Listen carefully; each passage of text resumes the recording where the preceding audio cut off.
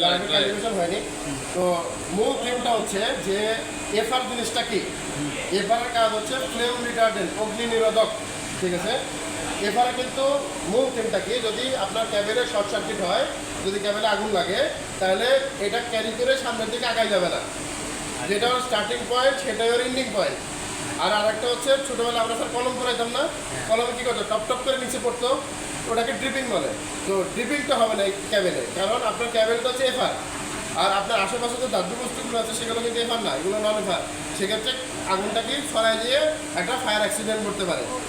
এখন কথা হচ্ছে এফআর তাইলে কত হলে এফআর হবে, এটা তো ভ্যালু থাকা দরকার, যে আমার এত ভ্যালু হলে সেটা এফআর হবে।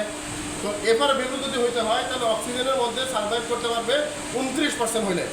যদি আমার এয়ারে মানে আমাদের বাতাসে থাকে হচ্ছে 21%, সেই 21 যদি 29 পর্যন্তও চলে যায়, সেখানেও আমার ক্যাবেলে আগুন লাগবে না। এখন মূল থিমটা হচ্ছে এটা। এখন সবাই তো বলে এফআর ক্যাবেল, সবার ক্যাবেলে এফআর ক্যাবেল, তাহলে কীভাবে ডিক্লেয়ার হয়? মোস্ট অফ দ্য টাইমে আমরা কীভাবে স্যার টেস্ট করি বাজারে, তাহলে এইভাবে দেখি আগুন লাগে গ্যাস লাইটার দিয়ে, ঠিক আছে, দেখি দেখেন আমার ক্যাবেলের মধ্যে আগুন লাগতেছে না। বাট এটা এফআর ক্যাবেলের টেস্ট না, এটা হচ্ছে রং একটা মেথড। কারণ আমার বাতাসে থেকে 21%, কেউ যদি তাদের ক্যাবেলে 22 মেনটেন করে, তাহলে তাদের ক্যাবেলে আগুন লাগবে না। তাই কি তাদের ক্যাবেল এফআর ক্যাবেল হচ্ছে?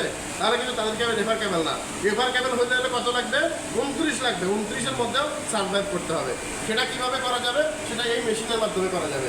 আর এই মেশিনটা কিন্তু সবার কাছে নাই। এই মেশিনের মাধ্যমে কৃত্রিম একটা ওয়েদার তৈরি করা হয় 29%। সেই 29%-এর মধ্যে দিয়ে এটাকে টেস্ট করা যাবে আমার পিভিসির মধ্যে আগুন লাগবে কি লাগবে না। আমি এখানে দেখেন এই যে 29% এখন সেট করছি। সেট করার পরে আমি এখন এর ভিতরে পোর্টস করে আগুন লাগাই দিব, লাগাই দেখবো যে আমার ক্যাবেলে আগুন করতেছে কিনা।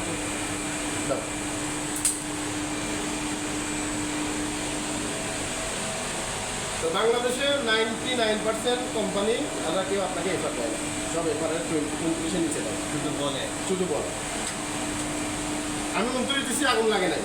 এখন আমি বাড়াবো স্যার, আমি যত ওকে বাড়াবো তত ওর ধরার প্রবণতা বাড়বে। মানে আমি 29-এ কিন্তু মানে পাস, আমি এখন দিচ্ছি হচ্ছে 30.5, 30.5 দেখবো আমার ক্যামেরায় আগুন লাগে কিনা।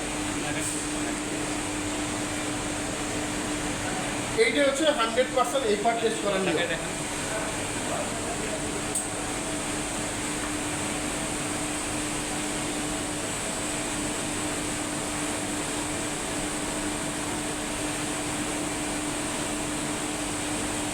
উনত্রিশে কিন্তু ধরে নাই, এখন 30% ধরছি। দেখেন এখন কি হচ্ছে, এটা কিন্তু এখন ধরার প্রবণতা বাড়ছে, ঠিক আছে। বাট আমি যদি এখন এই চিল্লিটা উঠাই ফেলি, তার সাথে সাথে নিভে যাবে। কারণ চিল্লিটা হচ্ছে আমার বাতাসে আছে কত পার্সেন্ট? 21%। দেখছেন মানে কনসেপ্টটা বুঝতে পারছেন কিনা? কারণ আমার বাতাসে আছে হচ্ছে 21%, ওই 21-এর যখন কাছাকাছি চলে আসছে ওর সাথে সাথে নেমে গেছে। আর ভিতরে কত ছিল? 30.5। এটা হচ্ছে 100% এফআর টেস্টের নিয়ে। সবাই দেখা হবে না, সবার কাছে মেশিন নাই তো।